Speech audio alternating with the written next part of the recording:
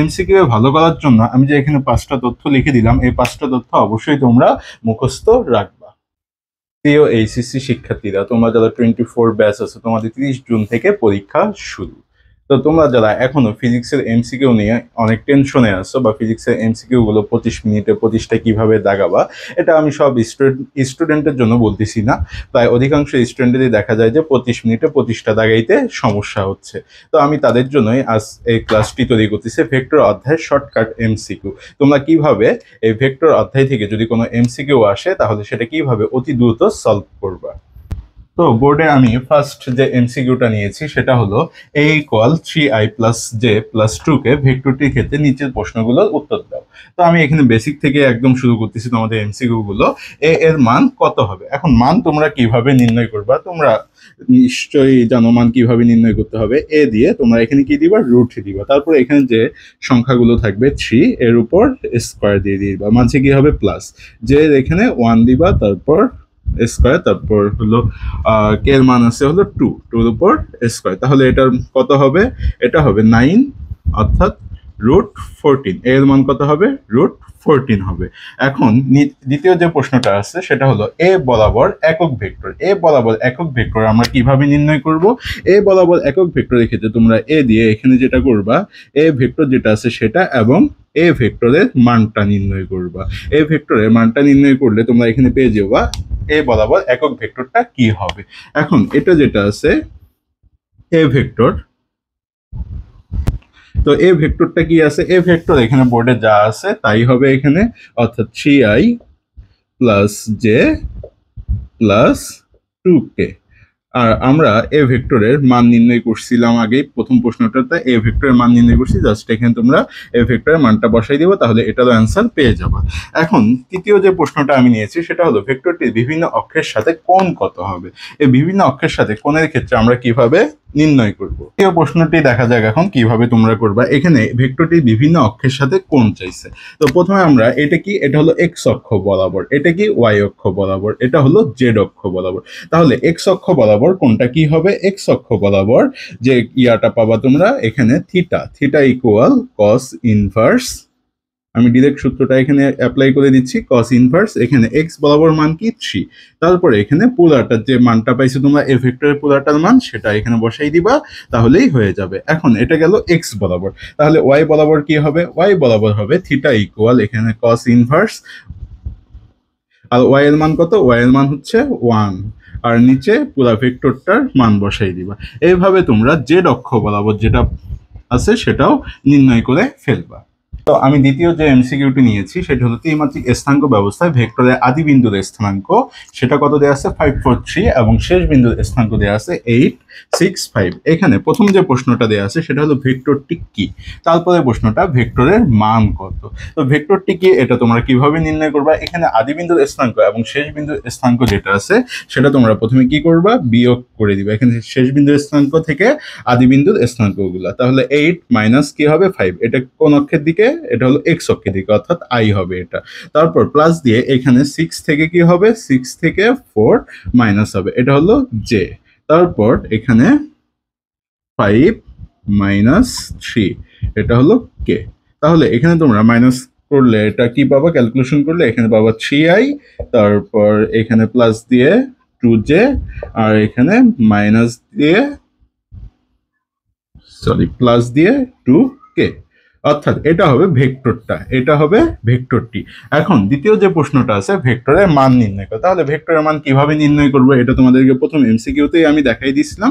এখানে just root দিবা, root দিয়ে 3 স্কয়ার, তারপর প্লাস দিয়ে 2 স্কয়ার, তারপর প্লাস দিয়ে 2 স্কয়ার, অর্থাৎ এটা হচ্ছে 944, অর্থাৎ √17।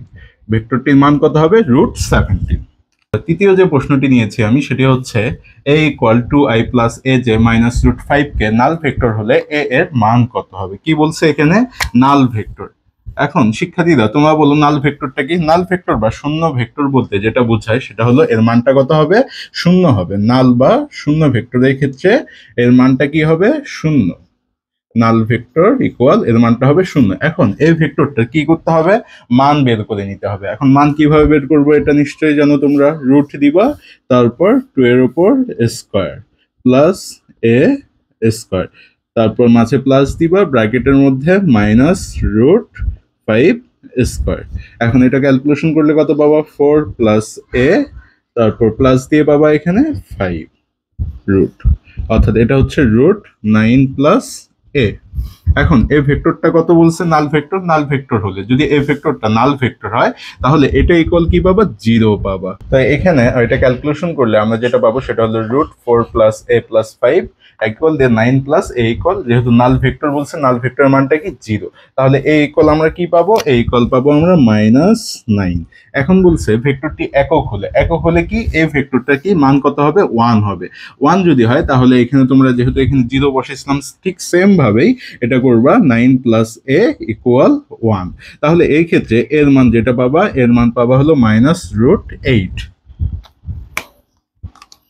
এরপর আমি যে এমসিকিউটি নিয়েছি সেটি হলো a equal 2i plus J plus K, B equal -2i minus J plus 3k। এখন এটা এখানে যেটা নির্ণয় করতে বলছে, বি এর ওপর এ এর অভিক্ষেপটা কি হবে, কার উপর বলছে, বি এর উপর। যদি এরকম থাকে বি এর উপর এ এর অভিক্ষেপ, তাহলে যেটার উপর বলবে সেটা নিচে চলে যাবে, আর উপরে কি হবে, এ ডট বি হবে। তাহলে এ ডট বি এর মানটা এখানে কি হবে, এ ডট বি তোমরা এখানে করলে পাবা হলো -4, তারপর হলো -1, এরপর +3, আর নিচে বি এর মান যদি নির্ণয় করো তাহলে বি এর মান যেটা পাবা তোমরা এখানে √2 স্কোয়ার, তারপর হলো প্লাস -1 স্কোয়ার, তারপর প্লাস দিয়ে হলো 3 স্কোয়ার, অর্থাৎ উপরে থাকতেছে হলো -2 আর নিচে থাকবে হলো 4 5 √14। অর্থাৎ এ বি এর উপর এর অভিক্ষেপ বললে তোমরা যেভাবে করবা সেটা হলো এ ডট বি, নিচে হলো বি এর মানটা, যার উপর বলবে সেটা সবসময় নিচে লিখে দিবা, তাহলেই তোমাদের অ্যান্সারটা হয়ে যাবে। এখন দ্বিতীয় যে প্রশ্নটা আছে সেটা হলো এ এর ওপর বি এর অভিক্ষেপ। এ এর ওপর বি এর অভিক্ষেপটা কি হবে এটা তোমরা কমেন্ট বক্সে জানাই দিও। এখন যেটা দেয়া আছে সেটা হলো ভেক্টর দ্বয়ের মধ্যবর্তী কোণ। কি নির্ণয় করতে বলছে, ভেক্টর দ্বয়ের মধ্যবর্তী কোণ। তাহলে এটার সূত্র কি জানি আমরা, এটার সূত্র জানি হলো cos theta equal A dot B divided A এর মান এবং বি এর মান হবে। এখন ডট গুণফল করলে কি হবে, এটা উপরেই দেখাই দিয়েছিলাম তোমাদের, উপরে যে লম্ব অভিক্ষেপ উপরে যে অভিক্ষেপ প্রশ্নটা দেখাইছিলাম ওখানে এটার মান বের করে দেখাইছিলাম, এটার মান হবে -2 এবং পরম মান এ অর্থাৎ এ এর মান যেটা হবে সেটা হলো √6 এবং বি এর মান যেটা হবে সেটা হলো √14। তাহলে এখানে cos থিটা ইকুয়াল আমরা পেলাম এটা। এখন থিটা ইকুয়াল কি হবে, থিটা ইকুয়াল হবে cos ইনভার্স -2 6 √14। তোমাদের কাছে যেহেতু ক্যালকুলেটর থাকবে তাই ক্যালকুলেটর চাপলেই তোমরা এর মানটা পেয়ে যাবে, থিটার মান কত হবে। তো এরপর যে প্রশ্নটি নিয়েছি সেটা হলো এ এবং বি দুটো ভেক্টর দেওয়া আছে এবং নিচে যেটা করতে বলছে সেটা হলো এ এবং বি এর যে ভেক্টর দ্বয়ের লব্ধিটা, এই লব্ধিটা বের করতে হবে। এখন লব্ধি আমরা কিভাবে বের করব, এই লব্ধি যদি এইরকম দুইটা ভেক্টর দেওয়া থাকে এবং তাদের লব্ধি চায় তাহলে তোমরা যে কাজটা করবা, যে দুটো ভেক্টর দেওয়া থাকবে, দুইটা বা তিনটা যাই দেওয়া থাকুক না কেন, সেই দুটো ভেক্টর তোমরা কি করবা, যোগ করে দিবা, এ প্লাস বি করে দিবা। এখানে এ প্লাস বি করলে অর্থাৎ এই দুটো যদি যোগ করো তাহলে এটা যেটা পাবা সেটা হলো 4k। আনসার কি হবে, 4k, অর্থাৎ ভেক্টর দ্বয়ের লব্ধি হবে 4k। তো এখন যে প্রশ্নটা দেওয়া আছে সেটা হলো সমান্তরাল দিকে একক ভেক্টর, অর্থাৎ সমান্তরাল দিকে একক ভেক্টরটা কি হবে। যদি প্রশ্নে বলা থাকে সমান্তরাল দিকে একক ভেক্টর, কি ভেক্টর, একক ভেক্টর, তাহলে তোমরা যে কাজটা করবা সেটা হলো এ প্লাস বি, অর্থাৎ যে দুটো ভেক্টর দেওয়া থাকবে ওই দুটো ভেক্টর এখানে যোগ করে দিবা, তারপর এই দুটো ভেক্টরের মানটা বের করবা। তো এই দুটো ভেক্টর যোগ করলে এখানে কি হবে, এটা হবে 4k আর নিচে হবে √4 স্কয়ার। তাহলে এটা কত পাবা, এটা পাবা কে, অর্থাৎ একক ভেক্টরটা কি হবে, একক ভেক্টরটা হবে এখানে কে, একক ভেক্টর কে হবে। এরপর বোর্ডে আমি যে এমসিকিউটি নিয়েছি সেটা হলো এ এবং বি দুটো ভেক্টর দেওয়া আছে। এখন প্রশ্নে যেটা বলছে সেটা হলো ভেক্টর দুটি দ্বারা গঠিত সমতলের উপর একক লম্ব ভেক্টর। কি চাইছে, একক লম্ব। যদি লম্ব চায় তাহলে তোমরা যে কাজটা করবা সেটা হলো এখানে এ ক্রস বি করবা। কি করবা? এ ক্রস বি।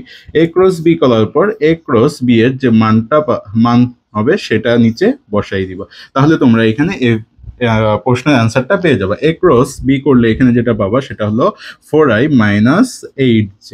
এখন এটার যে মানটা সেটা হবে এখানে 4 স্কোয়ার প্লাস 8 স্কোয়ার, আর এখানে পাবা মাইনাস 4i মাইনাস 8j, আর নিচে হবে রুট 80। তো এরপর আমি যে প্রশ্নটি নিয়েছি সেটা হলো দুটি ভেক্টর রাশি ডট গুণফল কত দেয়া আছে? 6 দেয়া আছে। ডট গুণফল 6 এবং ক্রস গুণফলের মান দেওয়া আছে 2√3 হলে ভেক্টরদের মধ্যবর্তী কোণ। তো এখানে যদি এরকম দেয়া থাকে, অর্থাৎ একটা ডট গুণফল এবং আরেকটা ক্রস গুণফল দেয়া থাকে, তাহলে তোমরা যে সূত্রটা ইউজ করবা সেটা হচ্ছে tan theta. tan theta equal এখানে sin theta divided cos theta.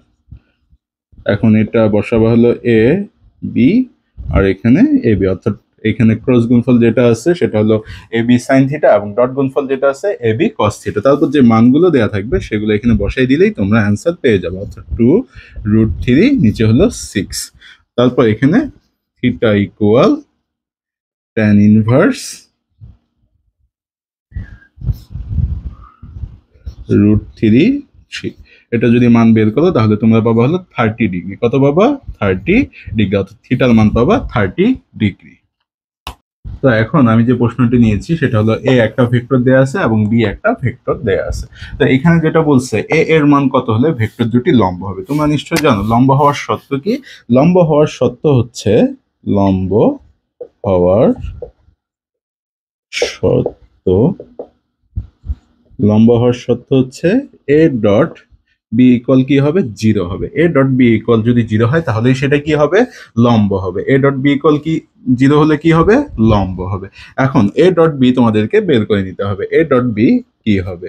এখানে এ মাইনাস 18 তারপর হবে মাইনাস 50 ইকুয়াল 0। তাহলে এ এর মান কত হবে? এ এর মান হবে 68। এর মান কত হবে? 68। এর মান 68 হলে ভেক্টর দুটি কি হবে? পরস্পর লম্ব হবে। তো পরের যে প্রশ্নটি নিয়েছি সেটা হলো এ এর মান কত হলে ভেক্টর দুটি কি হবে? সমান্তরাল হবে। তো এখানে এ এর মান কিভাবে নির্ণয় করবা? যদি এরকম থাকে অর্থাৎ ভেক্টর দুটি সমান্তরাল হবে, যদি এই কথাটা উল্লেখ থাকে, তাহলে তোমরা যে কাজটা করবা আই আই ভাগ করবা, জে জে ভাগ করবা এবং কে কে ভাগ করে দিবা। তাহলে এখানে থাকবে হলো 1/a ইকুয়াল -3 ডিভাইডেড হলো 6 ইকুয়াল 5 ডিভাইডেড -10। তাহলে এখান থেকে এরপর যে কোনো দুইটা নিলেই তোমরা এ এর মান পেয়ে যাবে। এ সহ আরেকটি নিতে হবে। তাহলে 1/a ইকুয়াল এখানে -3/6। তাহলে এখানে তোমরা যেটা পাবা 1/a ইকুয়াল -3a/6। তাহলে এখান থেকে a এর মান বের করলে তোমরা যেটা পাবা সেটা হলো -2, অর্থাৎ a এর মান -2 এর জন্য ভেক্টর দুটো কি হবে? সমান্তরাল হবে। এরপর যে প্রশ্নটি নিয়েছি সেটা হলো তিনটা ভেক্টর রাশি দেওয়া আছে, অর্থাৎ -3i + 2j -4k, 2i + j - k এবং i - 3j + ak। এই তিনটা ভেক্টর যদি সমতুলীয় হয় তাহলে a এর মান কত? এখন সমতুলীয় বললে তোমরা যেভাবে এই এমসিকিউটি সলভ করবা সেটা হলো এখানে তোমরা ভেক্টর গুণন করে দিবা। তিনটা রাশি কি করবা? ভেক্টর গুণন করে দিবা। এখন তিনটা রাশি ভেক্টর গুণন করে দিলে এটা যেটা থাকবে -3, তারপর 2, তারপর হলো -4, তারপর 2 1 -1, তারপর 1 -3 আর এখানে a। এখানে তোমরা এটা ক্যালকুলেশন করার পর যেটা পাবা a ইকুয়াল 5, অর্থাৎ এটার অ্যান্সার কি হবে? a ইকুয়াল 5 হবে। অর্থাৎ এটা ভেক্টর গুণন করার পর এখানে পাবা তোমরা a ইকুয়াল 5। এটার মান কি হবে? a equal 5। এখন সমতুলীয় বললে কি করবা? তাহলে সমতুলীয় বললে তোমরা যে কাজটা করবা সেটা হলো ভেক্টর গুণন। ভেক্টর গুণন করলেই এখানে যে মানটা পাবা সেটা ওই মানের জন্য ভেক্টর তিনটা কি হবে? সমতুলীয় হবে। তো এরপর যে প্রশ্নটি নিয়েছি সেটা হলো a ইকুয়াল একটা ভেক্টর দেওয়া আছে এবং b ইকুয়াল একটা ভেক্টর রাশি দেওয়া আছে। তাহলে এখানে একটি সামুদ্রিকের দুটি সন্নিহিত বাহু কি বলছে? যদি বলে সন্নিহিত বাহু নির্দেশ করে তাহলে সামুদ্রিকের ক্ষেত্রফল কত? যদি এরকম সন্নিহিত বাহু নির্দেশের কথা বলে তাহলে তোমরা যে কাজটা করবা a ক্রস b বের করবা। কি বের করবা? a cross b। a cross b করলে এখানে যে মানটা পাবা তোমরা এখানে মানগুলো বসাই দিবা i j k দিয়ে, i j k। তারপর এটা মান পাবা 1 -1 প্লাস 1, পরেরটা হলো 1 1, তারপর হলো -1। এটা ক্যালকুলেশন করলে তোমরা যেটা পাবা 2i প্লাস 2k। এখন যেহেতু বলছে সন্নিহিত বাহুর নির্দেশ করে, তাহলে সামুদ্রিকের ক্ষেত্রফল। এখন সামুদ্রিকের ক্ষেত্রফলের ক্ষেত্রে যে সূত্রটা সেটা হলো a ক্রস b এটার মান। এখন a ক্রস b এটার মান করলে যেটা পাবা তোমরা সেটা হলো -2 স্কয়ার প্লাস 2 স্কয়ার, অর্থাৎ এখানে থাকতেছে হলো 2√2, অর্থাৎ এটার অ্যান্সার কি হবে 2√2। যে এমসিকিউটি নিয়েছে সেটা হলো এ একটা ভেক্টর দেওয়া আছে এবং বি একটা ভেক্টর। এখন এই সামুদ্রিকের কর্ণ নির্দেশ করে, একটি সামুদ্রিকে কি নির্দেশ করে? কর্ণ। সেই ক্ষেত্রে ক্ষেত্রফল কত হবে? এটার ক্ষেত্রে আগে যে এমসিকিউটা দেখাই দিলাম সেম কাজ করবা, এ ক্রস বি বের করবা আগে। এ ক্রস বি বের করার পর এখানে আমরা যেটা পাইছিলাম সেটা হলো -2i প্লাস 2j। এখন এটা যদি কর্ণর কথা বলে, কিসের কথা? কর্ণ। কর্ণ যদি বলে তাহলে তোমরা যে সূত্রটা বসাবে সেটা হলো হাফ আর এ ক্রস বি এর মানটা বসাই দিবা। এ ক্রস বি এর মান আমরা যেটা পাইছিলাম সেটা হলো হাফ ইন্টু 2√2। তাহলে 2 কাটলে এখানে কি থাকবে? এখানে থাকবে হলো √2, অর্থাৎ কর্ণ নির্দেশ করলে এটার অ্যান্সার কি হবে? √2 হবে। তো এরপর আমি বোর্ডে যে এমসিকিউটি নিয়েছি সেটি হলো 4 মিটার পার সেকেন্ড বেগে দৌড়ে যাওয়ার সময় একজন লোক 6 মিটার পার সেকেন্ড বেগে লম্বভাবে পতিত বৃষ্টির সম্মুখীন হলো। এখন বৃষ্টি হতে রক্ষা পেতে উলম্বের সাথে কত কোণে ছাতা ধরতে হবে? যদি এইরকম থাকে এমসিকিউ, তাহলে তোমরা যেটা করবা সেটা হলো এখানে tan থিটা ইকুয়াল লোকের বেগ বাই বা মানুষের বেগ বাই বৃষ্টির বেগ করবা। কি করবা? মানুষের বেগ বাই বৃষ্টির বেগ, মানুষের বেগ ডিভাইডেড বৃষ্টির বেগ, বৃষ্টির বেগ। এখন মানুষের বেগ কত দেয়া আছে? এখানে মানুষের বেগ দেয়া আছে হলো 4 এবং বৃষ্টির বেগ দেয়া আছে হলো 6। তাহলে এখানে যদি তোমরা থিটা ইকুয়াল বের করো তাহলে থিটা ইকুয়াল কি পাবা? tan ইনভার্স 2/3, tan ইনভার্স 2/3, অর্থাৎ এখানে থিটার মান যেটা পাবা তোমরা সেটা হলো 33.6। এটা কি? এটা হলো উলম্বের সাথে যখন ছাতা ধরতে বলবে তখন তোমরা যে কাজটা করবা মানুষের বেগ বাই বৃষ্টির বেগ করে দিবা। তাহলে এখানে থিটার মানটা কি হবে? এইটা। এত কোণে যদি সে ছাতা ধরে তাহলে সে বৃষ্টি হতে কিভাবে রক্ষা পাবে। এখন দ্বিতীয় যে প্রশ্নটি নিয়েছি সেটি হলো বৃষ্টি হতে রক্ষা পেতে আনুভূমিকের সাথে কত কোণে ছাতা ধরতে হবে। আনুভূমিকের সাথে যখন বলবে তোমরা তখন যে কাজটা করবে, এখানে যে কোণটা পাইলা এটাকে কি করবা? এটাকে 90 থেকে অর্থাৎ 90 ডিগ্রি থেকে মাইনাস করে দিবা। 90 ডিগ্রি থেকে মাইনাস করে দিলে যা থাকবে সেটাই হলো ওটার অ্যান্সার। এরপর যেটি দেয়া আছে সেটা হলো লোকের সাথে বৃষ্টির আপেক্ষিক বেগ কত হবে। এখন লোকের সাথে বৃষ্টির আপেক্ষিক বেগ যখন নির্ণয় করতে বলবে তখন তোমরা লব্ধির যে সূত্রটা জানো সেটাই বসাই দিবা এখানে। এটা হলো 4 স্কয়ার প্লাস 6 স্কয়ার প্লাস 2 4 6 এবং cos থিটার মান এখানে বসাবা হলো 90 ডিগ্রি। কত বসাবা? 90 ডিগ্রি। তাহলে এটার যে মানটা পাবা সেটা হলো √52 অর্থাৎ 52 মিটার পার সেকেন্ড। এটা অ্যান্সার কি হবে? √52 মিটার পার সেকেন্ড। তো এরপর আমি যে এমসিকিউটি নিয়েছি সেটা হলো স্রোতের অনুকূলে নৌকার বেগ হলো 12 কিলোমিটার পার আওয়ার। কত দেয়া আছে? 12 কিলোমিটার পার আওয়ার। এবং স্রোতের প্রতিকূলে নৌকার বেগ দেয়া আছে 8 কিলোমিটার পার আওয়ার এবং নদীর প্রস্থ দেয়া আছে 2 কিলোমিটার। এখন এখানে যে প্রশ্নটি দেয়া আছে সেটা হলো সোজা অপর পারে পৌঁছাতে গেলে নৌকার কত সময় লাগবে। এটা করতে গেলে এখানে যেটা দেয়া আছে এটা কি দেয়া আছে? অনুকূলে। অনুকূলে থাকলে কি হবে? u প্লাস ভি ইকুয়াল 12 হবে। u plus V equal 12 kilometre per hour. তারপর এখানে প্রতিকূল। প্রতিকূলে বললে কি হবে? u minus V equal 8 kilometre per hour. তারপর এখানে যেটা নৌকার বেগ, নৌকার বেগ u ইকুয়াল আমরা পাবো হলো 10 কিলোমিটার পার আওয়ার। এটা হলো নৌকার বেগ। আর এখানে স্রোতের বেগ v ইকুয়াল আমরা পাবো হলো 2 কিলোমিটার পার আওয়ার।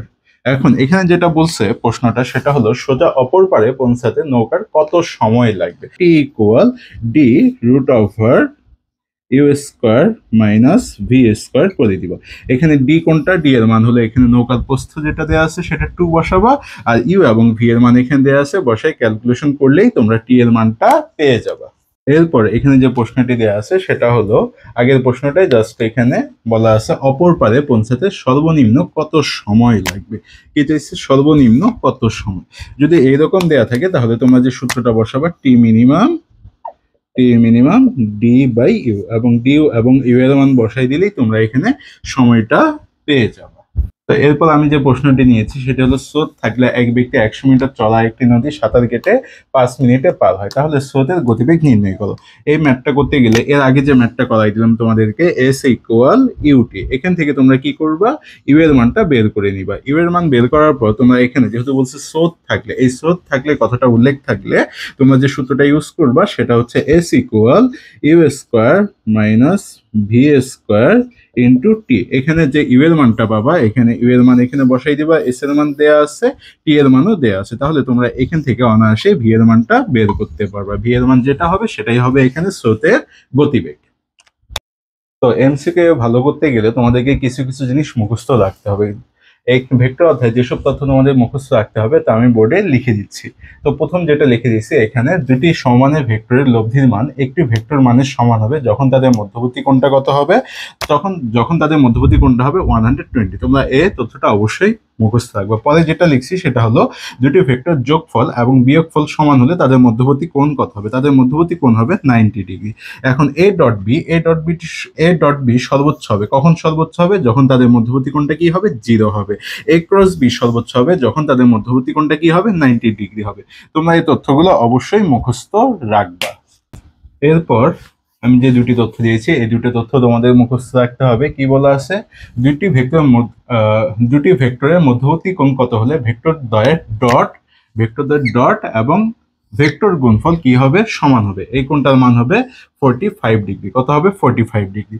এরপর নিচে যে তথ্যটা দেওয়া আছে এ বি সি এর মান দেওয়া আছে 12, 5 এবং 13। এ প্লাস বি ইকুয়াল দেওয়া আছে সি। এ প্লাস বি ইকুয়াল কি দেওয়া আছে? সি দেওয়া আছে। তাহলে এ ও বি এর মধ্যবর্তী কোণটা কত হবে? এ ও বি এর মধ্যবর্তী কোণটা হবে π/2। এমসিকিউ ভালো করার জন্য আমি যে এখানে 5টা তথ্য লিখে দিলাম, এই 5টা তথ্য অবশ্যই তোমরা মুখস্থ রাখবা। তো আমি ভেক্টর অধ্যায়ে যেসব এমসিকিউ তোমাদেরকে আজকে সলভ করাই দিলাম এবং যেসব বললাম যে মুখস্থ রাখতে হবে, তোমরা অবশ্যই এগুলো ভালো করে পড়বা। এবং তোমরা যদি এই ক্লাসটি প্রথম থেকে শেষ পর্যন্ত দেখো, আমি আশা করি তোমাদের এমসিকিউ এর যে ম্যাথ টার্মগুলো থাকবে এগুলোতে আর তেমন কোনো সমস্যা হবে না।